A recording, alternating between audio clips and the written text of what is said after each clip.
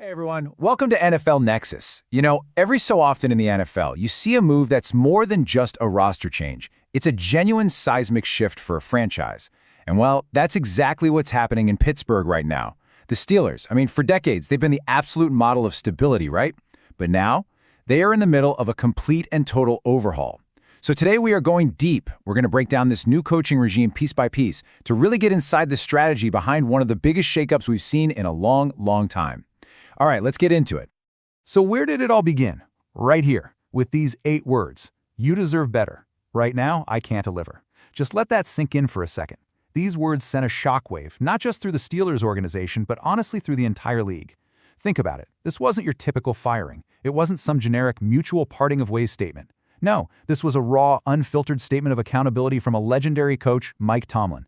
He was basically looking his players in the eye and saying, I'm not the one who can get you over the hump anymore. When do you ever see that kind of vulnerability from a leader? It's so rare, and it's incredibly powerful. It just tells you everything you need to know about the pressure that had been building up in that building. This quote, it wasn't just an ending. It was the spark. It was the catalyst for everything that was about to change. And if you're wondering why he would say something like that, well, this is the number that explains everything. 9. Just 9. For 9 straight seasons, the Pittsburgh Steelers failed to win a single playoff game. Now, for some teams, that might be okay, but for the Steelers, a franchise that measures its success in Lombardi trophies, that's not a slump. That is a full-blown identity crisis. You got to understand, almost a decade of coming up short, that wears on you. It wears on the team, it wears on the city, on the entire fan base, and as we just saw, it clearly wore on the head coach himself. This number, 9, it's the context. It's the immense weight that finally forced the organization's hand and made them realize a monumental change was needed. Okay, so let's get to the juicy part. What was the dynamic like inside that locker room? Well, what's really fascinating is that according to the reporting from The Athletic, the players, they knew some changes were on the horizon. You always expect that, right? After a season that ends in disappointment, there's going to be some turnover. Maybe a position coach gets let go, maybe a coordinator. But the one constant, the absolute bedrock of that organization they thought they could always count on, that was Mike Tomlin. So his departure, it wasn't just a change. It was a complete shock to the system.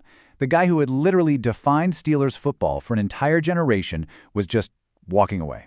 And in his place, a massive power vacuum and this huge cloud of uncertainty about what the future even looked like. Seriously, who could possibly fill those shoes?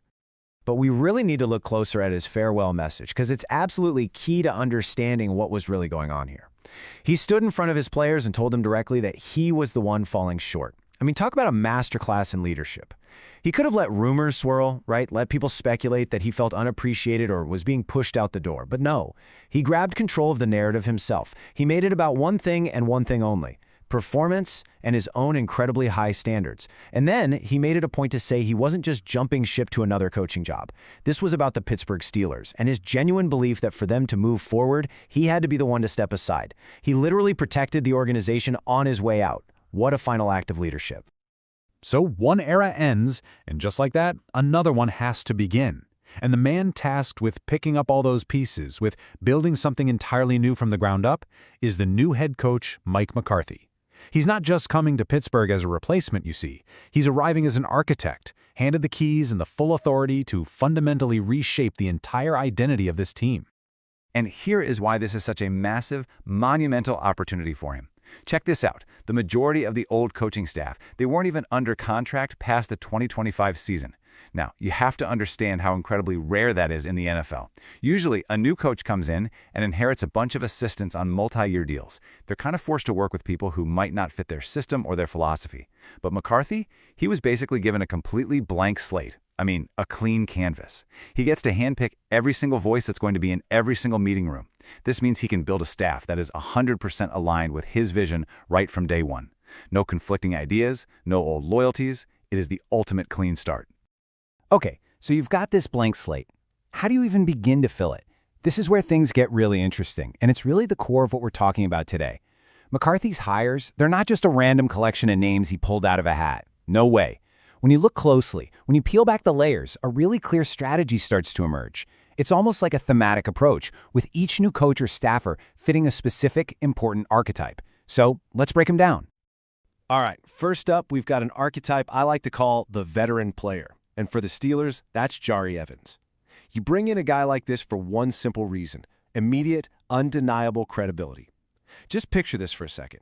You're a rookie offensive tackle, right? Some coach comes up and tells you to adjust your footwork. You nod your head. Now, imagine the guy telling you that is Jari Evans, a dude who is an absolute mauler against the league's best for over a decade. Yeah, that message just lands differently, doesn't it?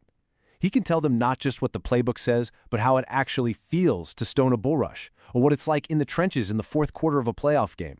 He's teaching from pure muscle memory, not some dusty old manual. He is, without a doubt, the player's voice on that coaching staff.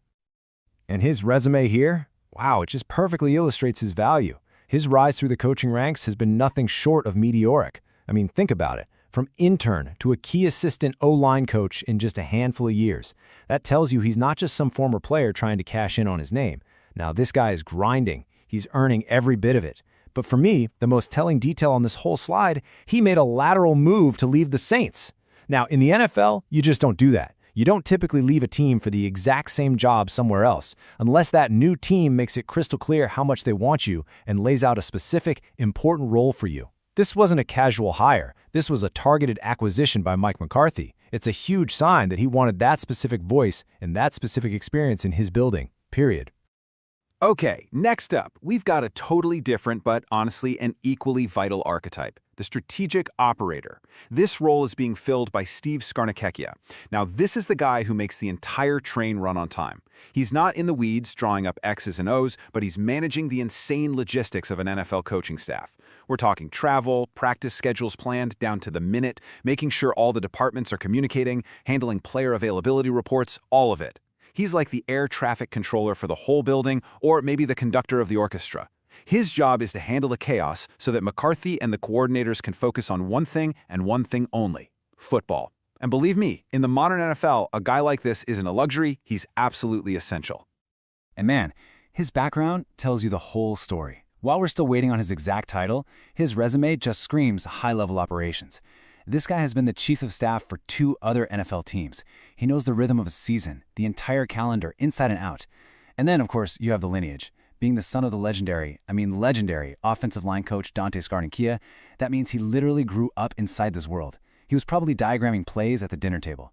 He understands the unspoken needs of a coaching staff, the little things that can become big problems. He can anticipate issues before they even happen. He's the organizational backbone that Mike McCarthy absolutely needs to make sure his vision gets executed smoothly. The third archetype we're seeing take shape is one you see in a lot of great stories, the homecoming. And in this story, that's Tim Gribble. Now, a hire like this is all about culture. This is a guy who started his career right there in Pittsburgh. He gets it. He understands the history, the standard, what people call the Steeler way. But here's the key. He's not just some old-timer coming back. He's been out in the league for more than 20 years, gathering new ideas, new perspectives. And that combination is crucial. You get someone who deeply respects the tradition of the franchise, but isn't trapped by it. He's the perfect person to help bridge the old era with the new, making sure that core identity doesn't get lost in the shuffle of this massive transition. I mean, just look at this journey. It's actually incredible. 24 years with one organization? In the NFL, that's basically a lifetime. Maybe 2 lifetimes. Think about everything he saw in Washington. Multiple ownership changes, franchise rebrands, who knows how many different coaching staffs. And he not only survived it all, he rose through the ranks to become their director of college scouting. Can you even imagine the network of college contacts he's built over a quarter of a century? The relationships with coaches and scouts all over the country. He's seen an entire generation of football prospects come and go. The amount of scouting expertise he brings back to Pittsburgh is just immense. In a league that is so driven by the draft, this is a massive, massive upgrade to their whole talent evaluation pipeline. Okay, so as we see all these different pieces of the puzzle coming together, a very fair question starts to pop up. And it's one you've probably thought of, because we see it happen all the time in this league, right? A new head coach comes in, and what's the first thing he does? He just hires all his old buddies, creates a little boys club, and you end up with an echo chamber where no new ideas get in.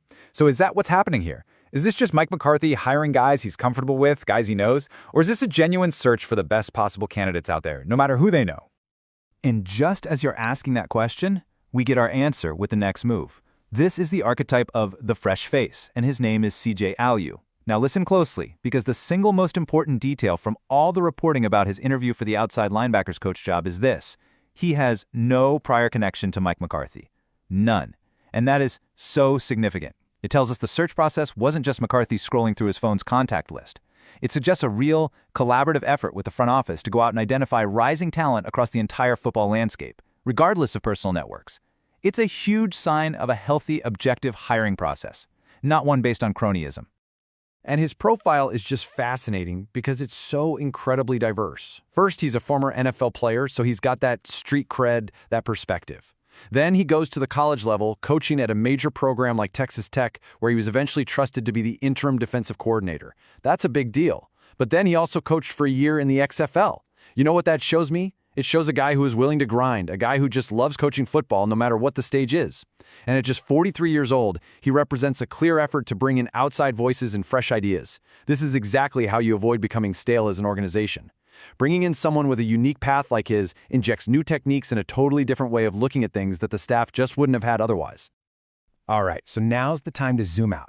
Let's step back and look at all these individual hires together. You've got the veteran player, the strategic operator, the homecoming, the fresh face. When you put them all on the board, what you start to see is the formation of a completely new coaching philosophy. This isn't just about hiring a few new guys. This is bigger than any single person. It is a fundamental restructuring of how the entire Pittsburgh Steelers organization operates. And this right here, this perfectly captures that shift. The old way, the way things were done, was this old school small staff mentality, where you had a few coaches wearing a bunch of different hats. But the new McCarthy method is all about expansion and, more importantly, specialization. What does that mean in practice? It means adding more quality control coaches whose only job is to break down film 24/7. It means hiring dedicated situational specialists, maybe a guy who focuses only on the red zone or another on the 2-minute drill. It means finally integrating a larger analytics department directly into the game planning process. It's all about building a modern football infrastructure designed to find every single possible edge in a league where the difference between winning and losing is razor thin. Hey, before we get to our final takeaway here, I just wanted to take a second and say thanks for sticking with me through this deep dive. We absolutely love getting into the weeds and breaking things down like this. And if you enjoy this kind of super detailed content and want to help support the channel, a really fun way to do that is by checking out our NFL-themed coloring books. Seriously, they're perfect for your kids, grandkids, or hey, even for adults who just want to chill out and relax. Every single purchase helps us keep making more explainers just like this one. The link is right down there in the description, or you can just scan the QR code on your screen now. Your support really does mean the world to us. Okay, so let's bring it all home. What's the big final takeaway from all of this? What it boils down to is that we are witnessing, right now in real time, the complete and total transformation of a proud, historic franchise. A franchise that, let's be honest, had found itself stuck in neutral for the better part of a decade. So, let's just quickly recap the roadmap we've just walked through together. Step 1 was the catalyst, an iconic coach stepping away after that long, frustrating playoff drought. Step 2, the new architect arrives, Mike McCarthy, coming in with a clear mandate for change. Step 3, the construction phase. He meticulously assembles this diverse staff, mixing in veteran players, strategic operators, and crucial outside voices. And finally, Step 4, the new foundation is laid, a complete shift from that old-school mentality to a modern, expanded, specialized coaching philosophy. That, right there, is the blueprint for the rebirth of the Pittsburgh Steelers. And all of that, every single move we've talked about, leads us to the final burning question. This is what it all comes down to, isn't it? The moves have been made. The pieces are being put into place. They've got a new coach, a totally rebuilt staff with this incredible mix of experience, and a brand new philosophy for how to compete in the modern NFL. But is it going to be enough? Can this massive, top-to-bottom overhaul finally be the thing that breaks that 9-year curse and pushes the Pittsburgh Steelers back into true, legitimate Super Bowl contention? So, I'm turning it over to you now. What do you think? Is this the right direction for Pittsburgh to be heading in? I genuinely want to hear your take down in the comments. Do you believe in the new Mike McCarthy regime? Which one of these new staff hires gets you the most excited for the future? Let me know what you're thinking. And hey, if you enjoyed this detailed breakdown, do me a huge favor and hit that like button. And of course, subscribe to NFL Nexus so you don't miss any more deep dives into the stories that are shaping the league. Thanks so much for watching.